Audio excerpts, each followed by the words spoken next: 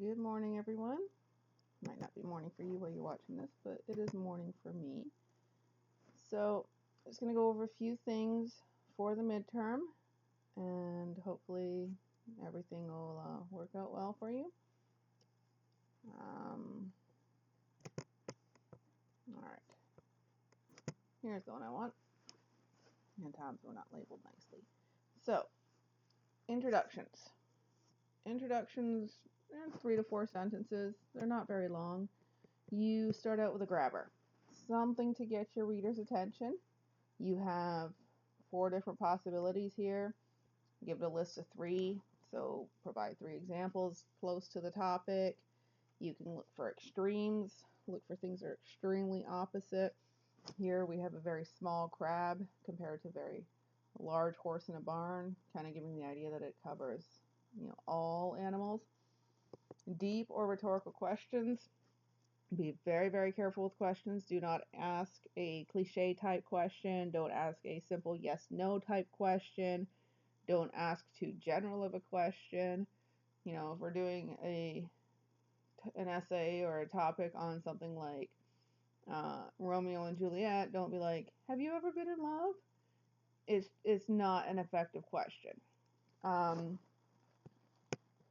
Think to yourself that you're going to want, 8 to 10 words in your sentence. It's going to be in your question. It's going to be a discussion type question. Be very careful with them. I am very picky about sentence or questions to start off your essay because honestly, they're usually not done super well. Painting a picture. This is just using imagery, really using strong vocabulary to paint a picture in a person's mind of what you're talking about. That is usually 1 to 2 sentences. Then you have your who cares and why.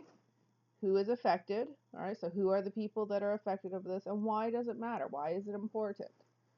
And then you come down to your thesis. We're going to be doing an expository essay, so you're basically going to answer your prompt or retell your prompt and write your 3 topics. We will talk about persuasive ones later. So that is intros. We also have body paragraphs, peel paragraphs. We've talked about these. You've done a couple. You should have your peel notes. You got your P, which stands for your point, what your essay or what your paragraph is going to be about. You have your E, stands for examples. These are your quotes. You have your E, that stands for explanation. This is your words, your analysis, your way of telling your reader how your quote proves your point. Do not reword your quote. Do not restate your quote. Use the quote as the starting point to then get into your analysis. Your explanation and example, they can kind of become intertwined. You're going to probably want 2 quotes in your paragraph just to make sure that you've got enough in-depth analysis. And then the last one is your link, the L. Link, just think of it as your concluding sentence. It's the sentence that you use to wrap up everything you want to say and finish off your paragraph. And basically just, let your reader know that you're done talking about what you're going to talk about. So, yesterday in class, we read this article about following the crowd.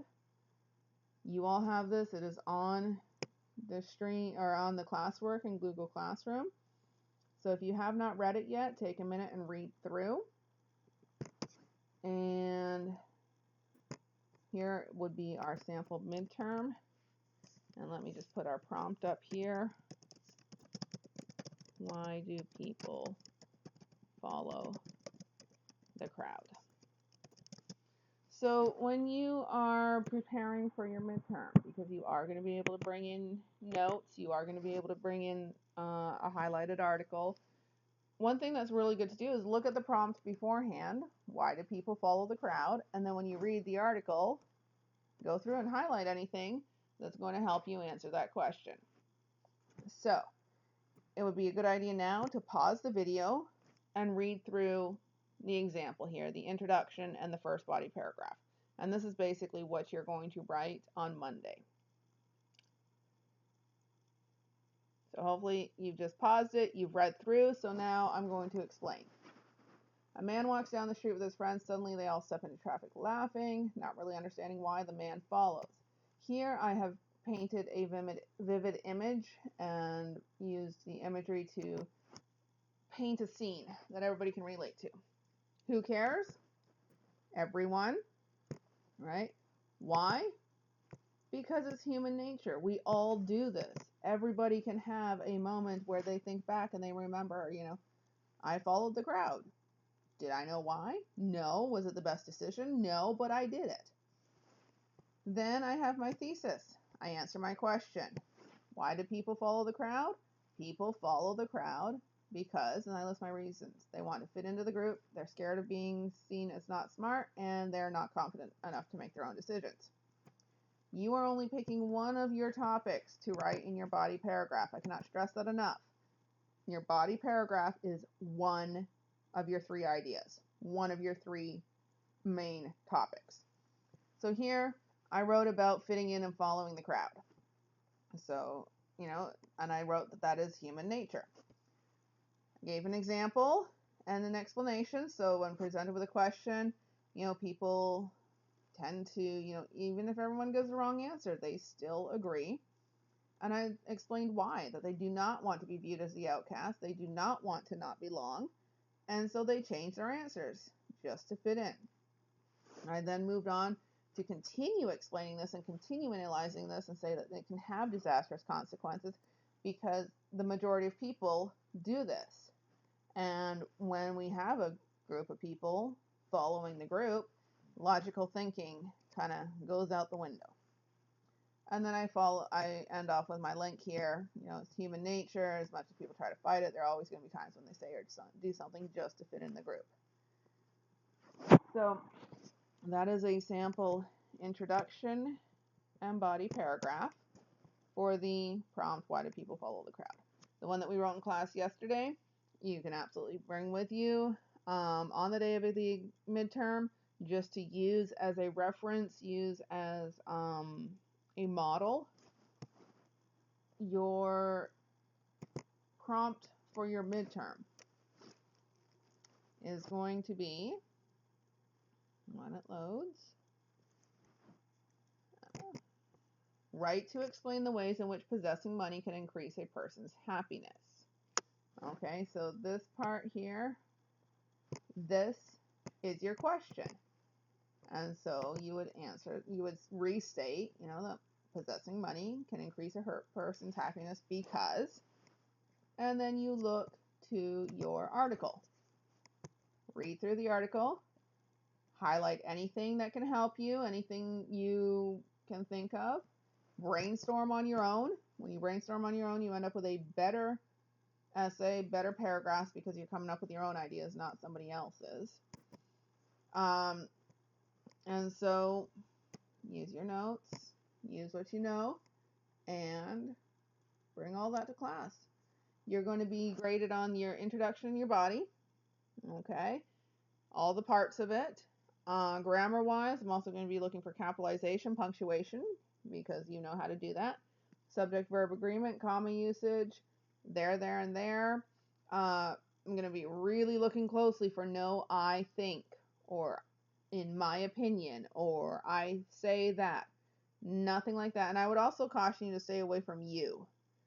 Put it in third person. A person, blah, blah, blah. People do this.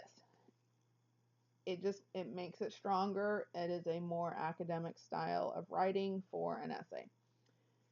I'm also going to be looking for proper quotation marks around your quotes. You have notes on embedding quotes and on proper quotations. You can bring that as well. The only thing I'm going to ask you not to do is do not write this essay ahead of time. It is being written in class during the 90-minute block. You will most likely not use that time. So the exam itself is designed to be finished in that shorter amount of time, and anybody who is allowed to have extra time, you will be able to then utilize your extra time if needed. So that is pretty much that. I will post the audio of the article in case anybody needs that Sunday. But hopefully that is enough information for you to be able to get through and to get yourself prepared for the midterm Monday morning. And don't worry if you have any questions or anything, I'll always answer them Monday morning before the midterm. Good luck.